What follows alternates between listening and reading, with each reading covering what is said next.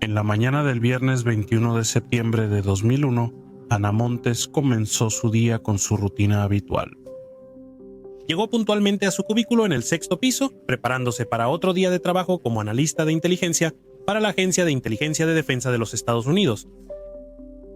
Ella fue la principal experta en Cuba por casi 17 años. Tenía acceso a algunos de los secretos más sensibles de su país y con su brillante mente ayudó a dar forma a la política de los Estados Unidos hacia Cuba durante el tumultuoso período de la Guerra Fría de los 1980 y 1990. Sin embargo, llevaba una doble vida. Detrás de su cuidadosamente cultivada imagen de la dedicada funcionaria pública, yacía una mujer albergando un profundo compromiso ideológico con el régimen de Castro y un talento para el engaño que evadiría la detección a través de 3 administraciones presidenciales. Durante el día redactaba informes de inteligencia que influían en la política estadounidense. Por la noche, meticulosamente tecleaba secretos clasificados de memoria en discos flexibles encriptados que pasaba a sus manejadores cubanos en los restaurantes chinos de Washington. Pero finalmente su duplicidad la había alcanzado y su día estaba a punto de dar un giro dramático. El teléfono en su escritorio sonó. Era su jefe pidiéndole que lo viera en la oficina del inspector general en el piso de arriba. Sin percibir nada fuera de lo común, se dirigió al ascensor que tomó un piso hacia arriba. Al entrar a la sala de reuniones quedó paralizada.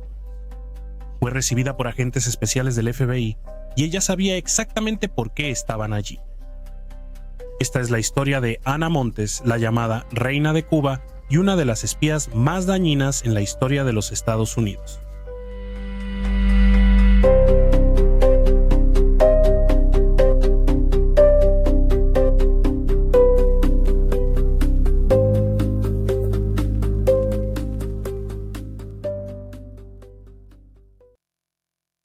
La vida comenzó para Ana Belén Montes el 28 de febrero de 1957 en el Hospital del Ejército de los Estados Unidos en Nuremberg, Alemania Occidental.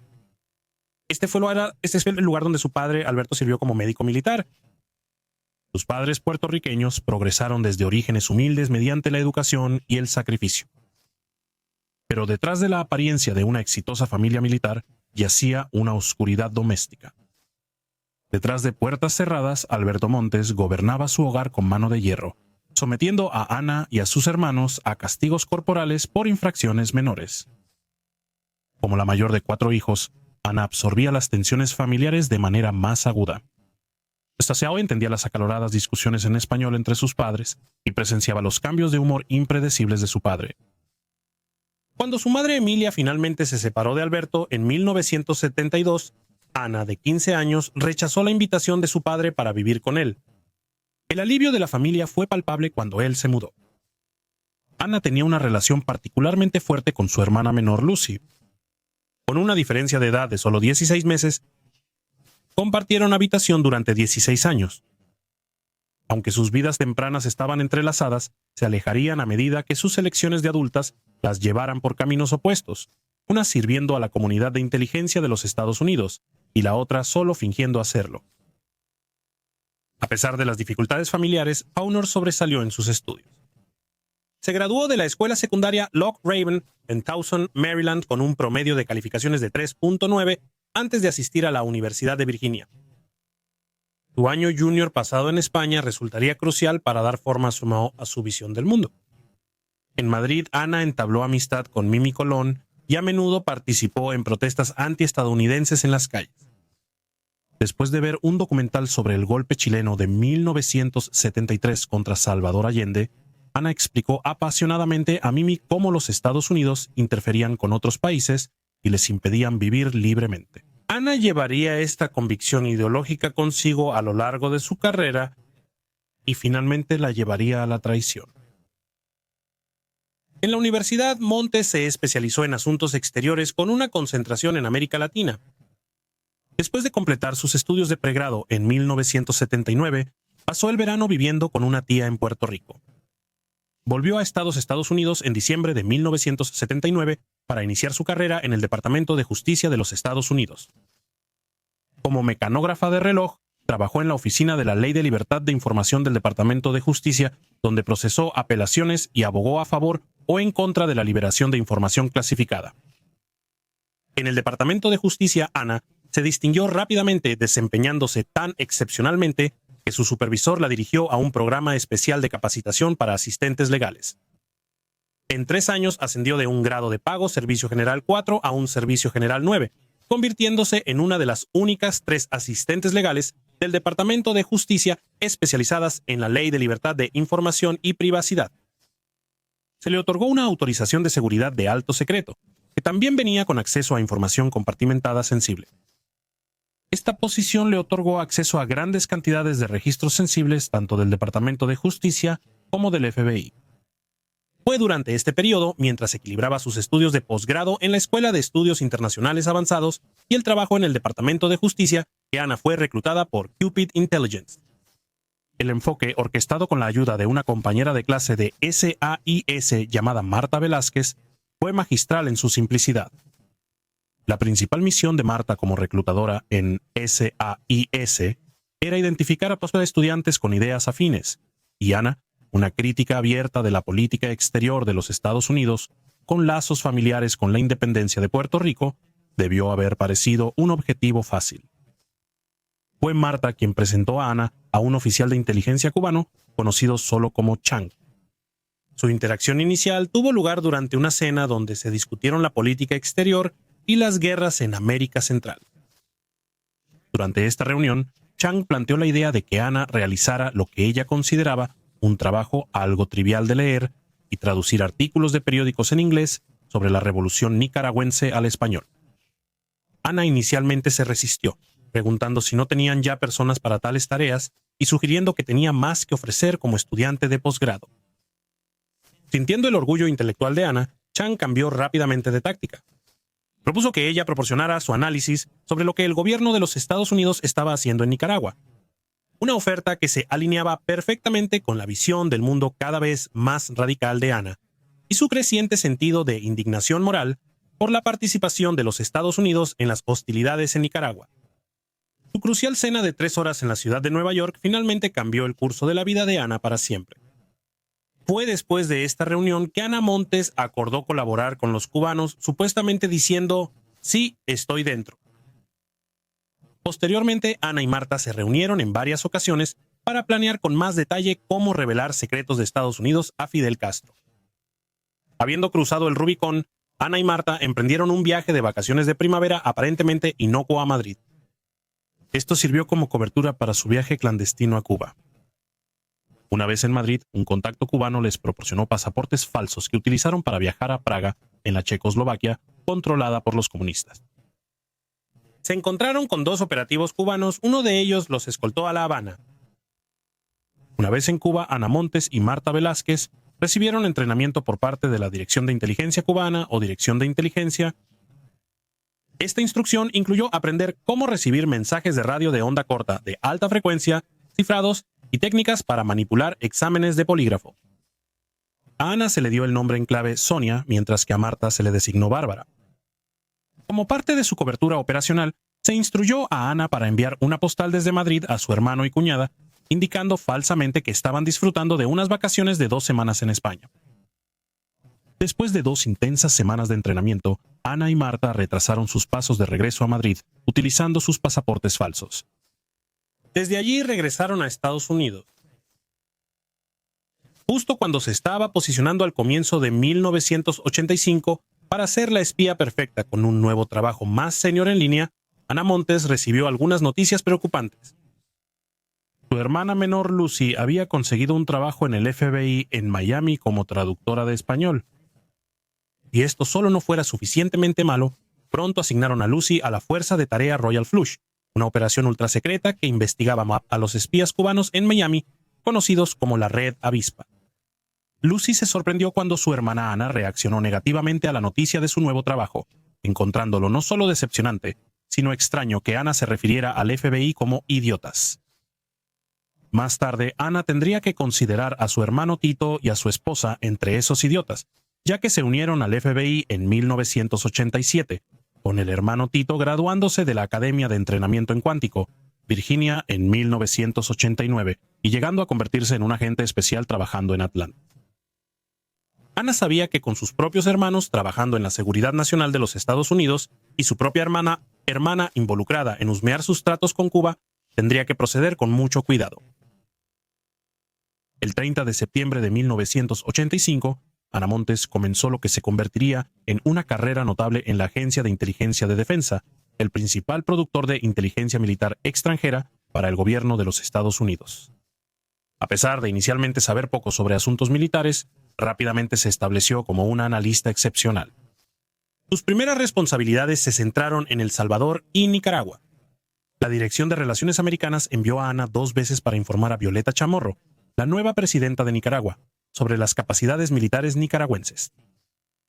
Para 1992, se había convertido en la principal analista política y militar de la Dirección de Relaciones Americanas sobre Cuba, posición que mantendría durante el resto de su carrera. En este papel ganó el apodo de Reina de Cuba, reflejando tanto su indiscutible experiencia como su manera algo imperial. Las evaluaciones de rendimiento de Ana elogiaban constantemente su alta inteligencia y actitud positiva, y recibió muchos premios y certificados de mérito de la agencia. Su supervisor, Marty Scheiner, la describió como una analista sobresaliente, una escritora fenomenal, extremadamente prolífica, produciendo típicamente alrededor de 2 a 3 veces más que el analista promedio. Esta estelar reputación profesional proporcionó la cobertura perfecta para sus actividades de espionaje. Como la principal experta en Cuba de la comunidad de inteligencia, Ana tenía acceso directo a precisamente la información en la que sus manejadores cubanos estaban más interesados. No solo estaba robando secretos, estaba activamente moldeando cómo el gobierno de los Estados Unidos percibía y respondía a Cuba y otros países en Sudamérica. Se movía en los círculos más altos. Durante la crisis política de Haití de 1986, incluso redactó un documento informativo para la Oficina de los Jefes de Estado Mayor Conjuntos y la Oficina del Secretario de Defensa.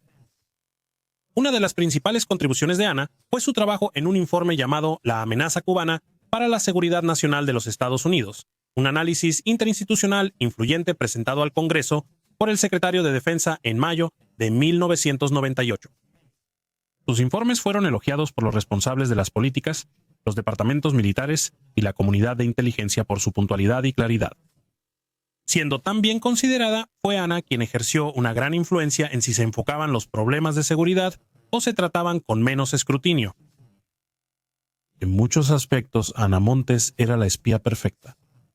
Estaba motivada por la ideología, no por el beneficio financiero, y por lo tanto, tenía menos riesgo de levantar sospechas al vivir de manera extravagante y más allá de sus medios legítimos.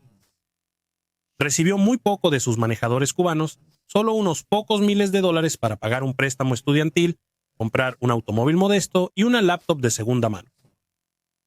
La técnica de espionaje de Ana Montes coincidía con la precisión de sus informes analíticos. Cada mañana revisaba montones de documentos clasificados como top secret y de compartimentos sensibles en su trabajo. Catalogaba mentalmente los pasajes más críticos. Una vez en casa por la noche, escribía en silencio estos extractos en español en una computadora personal Tandy 1400 FD, utilizando un software de cifrado personalizado suministrado por sus manejadores cubanos. El texto cifrado se almacenaba en disquetes, adquiridos ingenuamente en una tienda de radio local. Estos los limpiaría después de cada uso con kits de limpieza de datos disponibles comercialmente para borrar cualquier rastro forense. Ella era meticulosa en destruir evidencia de su espionaje, utilizando formateo de carga de profundidad seguido de sobreescritura física de disco para asegurar que ninguna huella de sus datos pudiera ser recuperada jamás. Aunque inicialmente trabajó con Marta Velázquez, para 1988 tomaron caminos separados. La relación terminó por una disputa fabricada para garantizar la compartimentación operativa. La entrega encubierta de Ana de su tesoro de inteligencia se mezcló con la vida cotidiana en los comedores de Distrito de Columbia. Sobre platos de pollo del General Tso en restaurantes chinos, Ana deslizaría un sobre de Manila que contenía los discos encriptados a través de la mesa. Los mensajeros que se sentaban frente a ella, que a menudo eran ilegales o agentes de inteligencia sin cobertura diplomática, luego llevarían los datos a la misión cubana en Nueva York. Desde allí, cayó en manos de los analistas de la Dirección de Inteligencia. Ana incluso mantuvo un número de buscapersonas dedicado que más tarde se rastreó hasta la delegación de la Organización de las Naciones Unidas, Cuba, para recibir actualizaciones operativas, un canal seguro que ella creía impenetrable. La información ultra secreta que Ana Montes comprometió fue devastadora en su alcance y sensibilidad. Una de las violaciones más significativas involucró el compromiso de detalles sobre los satélites de sigilo de Estados Unidos, parte del programa negro MISTI de la Oficina de Reconocimiento Nacional altamente clasificado, costando un estimado de $9.500 millones.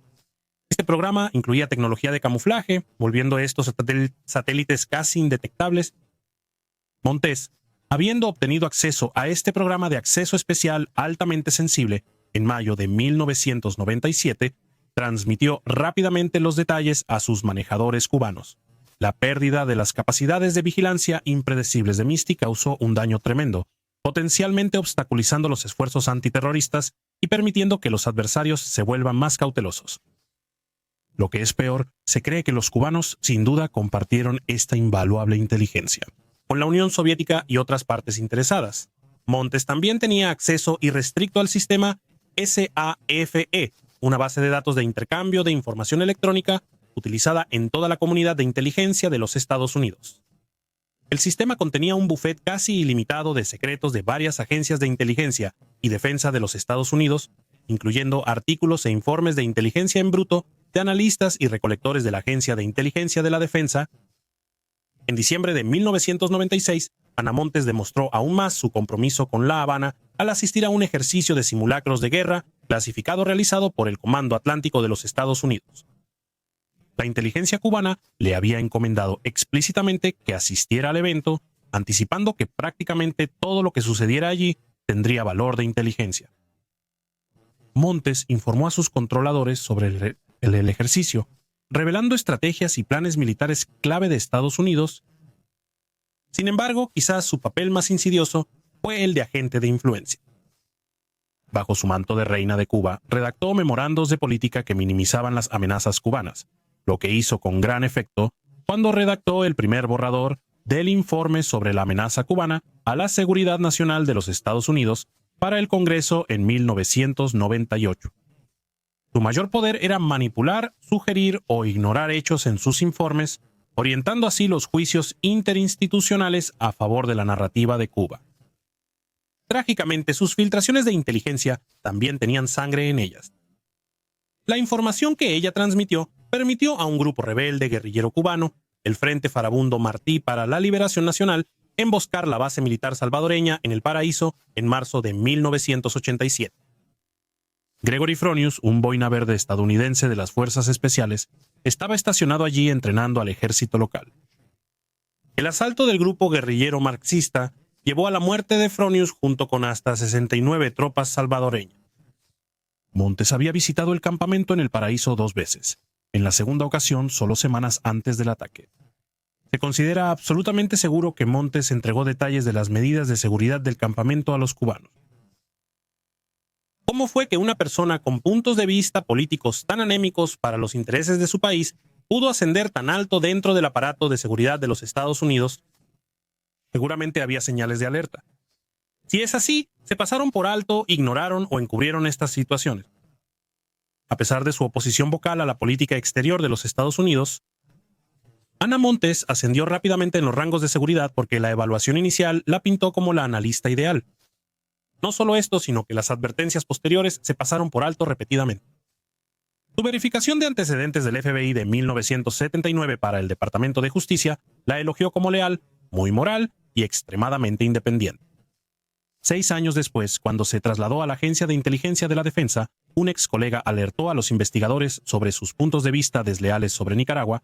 Sin embargo, la Agencia de Inteligencia de la Defensa aún le otorgó una autorización de seguridad ultrasecreta provisional sin el beneficio de ninguna prueba de polígrafo o psicológica. Los investigadores también pasaron por alto 2 falsedades flagrantes en su solicitud. Nunca había recibido formalmente su maestría de SAIS en 1984 por una tarifa de matrícula en disputa, y mintió sobre su consumo de cocaína, la cual usó hasta 1982. Montes admitió estas mentiras en una reinvestigación de 1991, pero estas se atribuyeron a indiscreciones juveniles y no se tomaron más medidas. En marzo de 1994 superó un polígrafo de contrainteligencia de la Agencia de Inteligencia de la Defensa, utilizando las técnicas de manipulación fisiológica que sus manejadores cubanos le habían enseñado años antes. Fue 2 años después, en 1996, cuando un colega comenzó a notar el comportamiento inusual de Montes. El analista Reg Brown notó el deseo excesivo de Montes por tener acceso a reuniones sensibles y, un día, su agitada salida de una sesión informativa en el Pentágono sobre el derribo por parte de la Fuerza Aérea Cubana de 2 aviones de rescate de hermanos. Una revisión personal en 1997 volvió a exonerar a Ana Montes. Ana Montes parecía ser una operadora suave, pero su doble vida tuvo un impacto extremo en su salud física y mental. Para 1997, y después de más de una década de espionaje para Cuba, fue tratada por ansiedad y depresión, tenía problemas para dormir y era propensa a episodios de llanto. Sus manejadores cubanos fueron finalmente su única línea de vida y quizás las únicas personas en las que realmente confiaba. A medida que se acercaba el fin del milenio, su razón para preocuparse por su vida de engaño pronto se intensificaría. El FBI había estado buscando durante años a un sujeto desconocido, o un SUP, un presunto topo cubano de alto secreto dentro de la comunidad de inteligencia de los Estados Unidos. La investigación se denominó Enclave Blue Wren. Desde los años 80 y 90, Fidel Castro parecía siempre conocer de antemano las operaciones militares y de inteligencia de Estados Unidos en El Salvador, Nicaragua y Panamá. La inteligencia cubana siempre parecía estar un paso adelante. La CIA experimentó dificultades persistentes al manejar agentes cubanos, y las operaciones de inteligencia técnica misteriosamente cesaron después de cortos periodos. Esto sugería que los cubanos estaban siendo alertados. A finales de los 90 parecía obvio que existía algún tipo de espía dentro de la comunidad de inteligencia de los Estados Unidos. Para 1994, Blue Wren se había expandido para incluir analistas e investigadores del FBI, CIA, Agencia de Seguridad Nacional, y se estaba convirtiendo en una de las mayores cacerías de topos en la historia del contrainteligencia estadounidense. A pesar de los recursos que se estaban utilizando, la investigación estaba dando pocos resultados. El avance en la investigación vino de una dirección inesperada. La hermana de Ana, Lucy, todavía trabajaba como traductora del FBI en Miami apoyando la investigación sobre la red WASP. La red de espionaje operada por la Dirección de Inteligencia desde La Habana comprendía al menos una docena de operativos cubanos. La red WASP fue desmantelada por la oficina de campo del FBI en Miami en septiembre de 1998, arrestando a 10 de sus miembros. Esto fue considerado la mayor redada de espías en años desde Cuba. La investigación arrojó una gran cantidad de pruebas, incluyendo archivos en disquetes e información de mensajes de radio interceptados. El FBI también recuperó las claves criptográficas que permitieron el descifrado de las comunicaciones compartidas a través de la red de espías. Una vez que la Agencia de Seguridad Nacional rompió el código, pudieron leer años de mensajes de alta frecuencia hacia y desde La Habana, incluyendo cientos enviados por y para un agente referido como Agente S. o Sergio. A pesar de este gran avance, la investigación pareció estancarse, con el FBI no haciendo mucho con el tesoro de inteligencia que habían descubierto. Frustrada por el lento progreso del FBI a finales del año 2000, una analista de la Agencia de Seguridad Nacional, llamada Elena Valdés, se acercó a un pequeño equipo del Escuadrón de Contrainteligencia Cubana de la Agencia de Inteligencia de la Defensa, liderado por Scott Carmichael, con 3 piezas de información clave. La primera era que las comunicaciones transmitidas por radio de onda corta por el topo podían ser captadas en una parte significativa del este de los Estados Unidos. La suposición natural era que el agente estaba transmitiendo dentro del área de Washington, Distrito de Columbia, un hervidero de espionaje. Era una suposición, pero consideraron que era una apuesta segura. El segundo descubrimiento fue que, en octubre de 1996, la laptop Tandy del agente Sergio se había estropeado y luego se le instruyó para comprar un nuevo modelo Toshiba 405 CS por el precio de $2,000. En Alexandria hay una docena de lugares llamados así en los Estados Unidos, pero uno resultó estar en Virginia, dada su proximidad a Washington, Distrito de Columbia, y que es hogar de muchos miles de empleados federales. Los investigadores estaban seguros de que habían triangulado la posición del topo, la tercera pieza de evidencia. Proporcionada por Valdés fue una comunicación que sugería que el agente Sergio había visitado la base militar de los Estados Unidos en la bahía de Guantánamo en un periodo de 2 semanas en julio de 1996. Otra pista revelada por los mensajes de radio de onda corta. Entre los cubanos y su espía estaba que el agente Sergio tenía acceso al sistema de comunicación clasificado seguro. Utilizado por los investigadores de la Agencia de Inteligencia de la Defensa, ahora creen que su topo estaba escondido en algún lugar dentro del edificio de la Agencia de Inteligencia de la Defensa, ubicado justo fuera de Washington, Distrito de Columbia. Pero entonces, un error crucial. Los investigadores asumieron que el agente Sergio era un hombre. Después de todo, la abrumadora mayoría de los espías son hombres. Limitaron su búsqueda a hombres que cumplían todos los requisitos. Junto con las pistas, después de profundizar en los registros de viaje de la Agencia de Inteligencia de la Defensa, se encontró que alrededor de 100 personas habían visitado Cuba, en la ventana de tiempo de 2 semanas cuando se cruzaron con otros detalles. Sobre el nombre del desconocido. Resaltó para Carmichael Ana Montes. Cuando vio ese nombre, de repente recordó que la había entrevistado algunos años antes. En 1996, luego de que surgieran inquietudes sobre su ideología política. En ese instante no se consideró que el problema fuera lo bastante importante para ir más lejos con él. 4 años después, Carmichael estaba convencido de que había encontrado a su espía. A medida que se acumulaban las pruebas, el agente especial del FBI, Steve McCoy, abrió una investigación preliminar en octubre de 2000.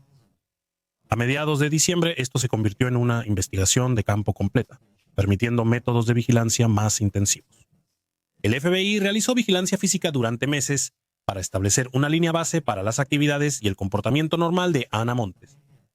Notaron que Ana usaba sospechosamente teléfonos públicos aunque tenía celular. Una investigación más profunda reveló que los números que estaba marcando se dirigían a páginas en la ciudad de Nueva York. Lo más crítico, el FBI obtuvo órdenes de registro que permitían una búsqueda en su cubículo de oficina y una entrada secreta a su apartamento para buscar pruebas. Lo que encontraron representó el último clavo en el ataúd para el agente Sergio. Escondidas dentro de la billetera que guardaba en su estación de trabajo, los investigadores encontraron las tarjetas de llamadas prepagas que Ana usaba cuando marcaba en los teléfonos públicos. También encontraron un conjunto de dígitos que comprendían códigos de área. También había un buscapersonas con código de área 917 de Nueva York.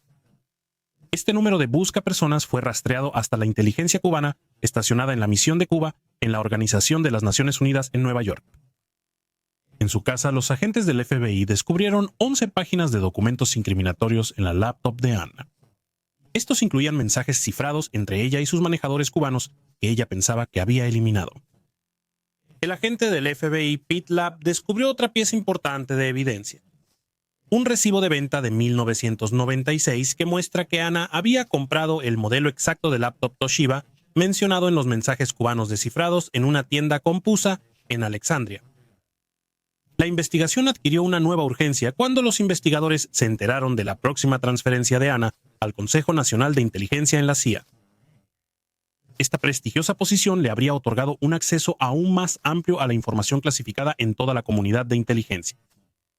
Lo más alarmante es que Ana estaba a punto de conocer en las próximas 24 horas los detallados planes de guerra de los Estados Unidos para la invasión de Afganistán después del 11 de septiembre. El director de la Agencia de Inteligencia de la Defensa, el almirante Wilson, reconoció el potencial catastrófico de que esta información cayera en las manos equivocadas, teniendo una preocupación legítima de que Cuba pudiera compartir estos planes altamente sensibles con los talibanes u otros adversarios.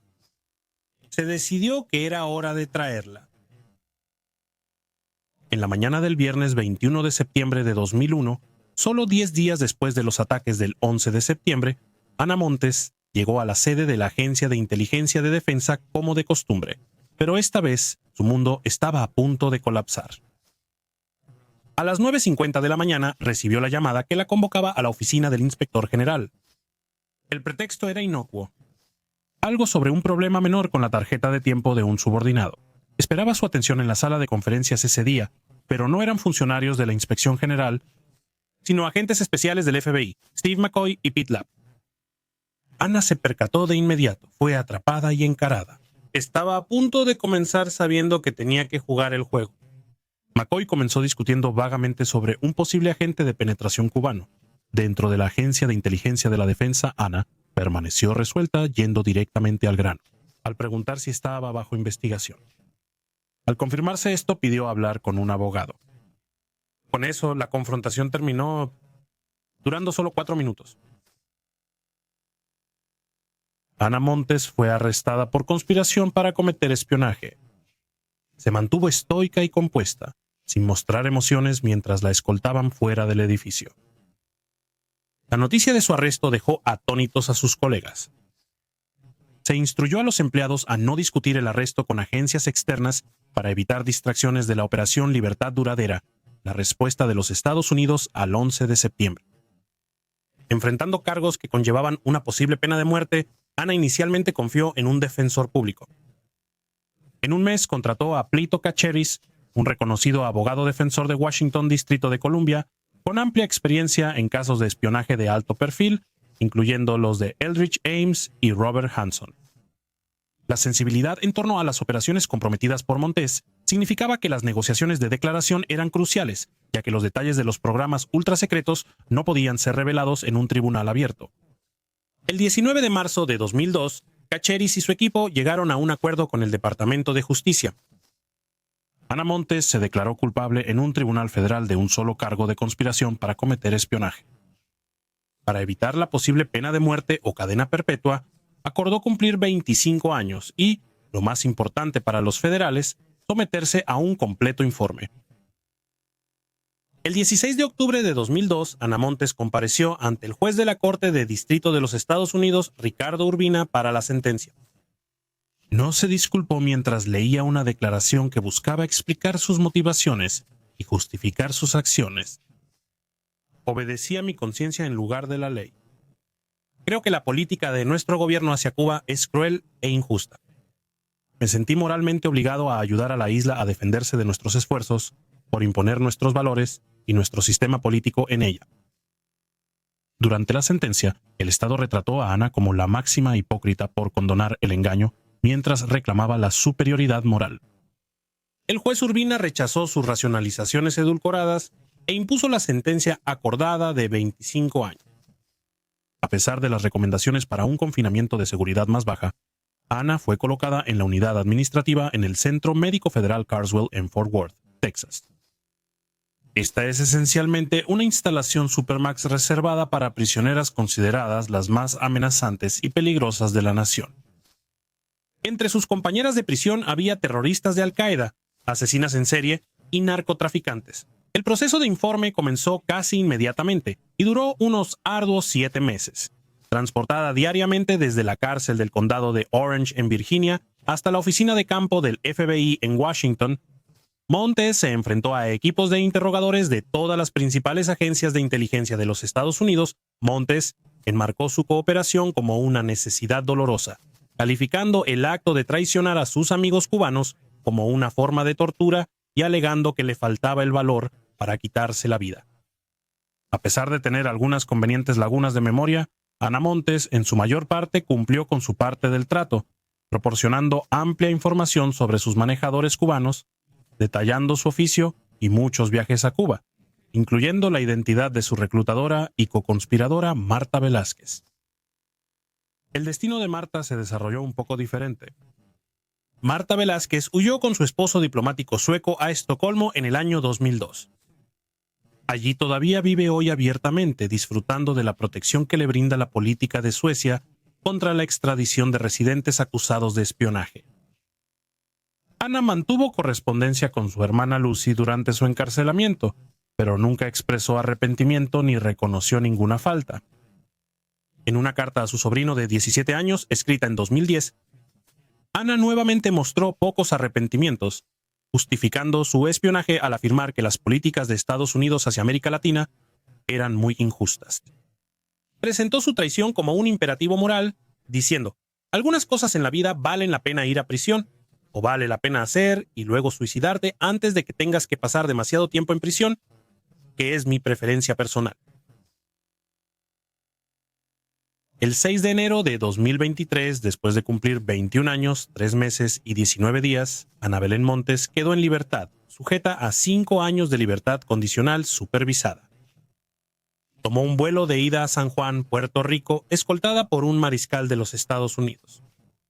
La familia de Ana emitió una declaración pública en ese momento condenando sus acciones traicioneras y renegando de lo que había hecho. Fiel a su estilo, Ana misma continuó evitando la responsabilidad personal después de su liberación. Dijo a través de una declaración emitida por su abogado que tenía la intención de vivir una existencia tranquila y privada en Puerto Rico. Esto parece haberlo logrado, viviendo como una heroína y mártir entre su comunidad. Sigue siendo vocal en su oposición al embargo estadounidense en curso contra Cuba y apoya los esfuerzos de recuperación de desastres naturales en Puerto Rico. Ana Belén Montes se destaca como una de las espías más dañinas en la historia de los Estados Unidos. A diferencia de aquellos motivados por la codicia o la coerción, ella era una verdadera creyente en la justicia de su causa. El daño que infligió fue más allá de los secretos robados. Al dar forma a las evaluaciones de inteligencia y recomendaciones de políticas desde dentro, ella redirigió efectivamente la atención estadounidense lejos de las legítimas amenazas cubanas.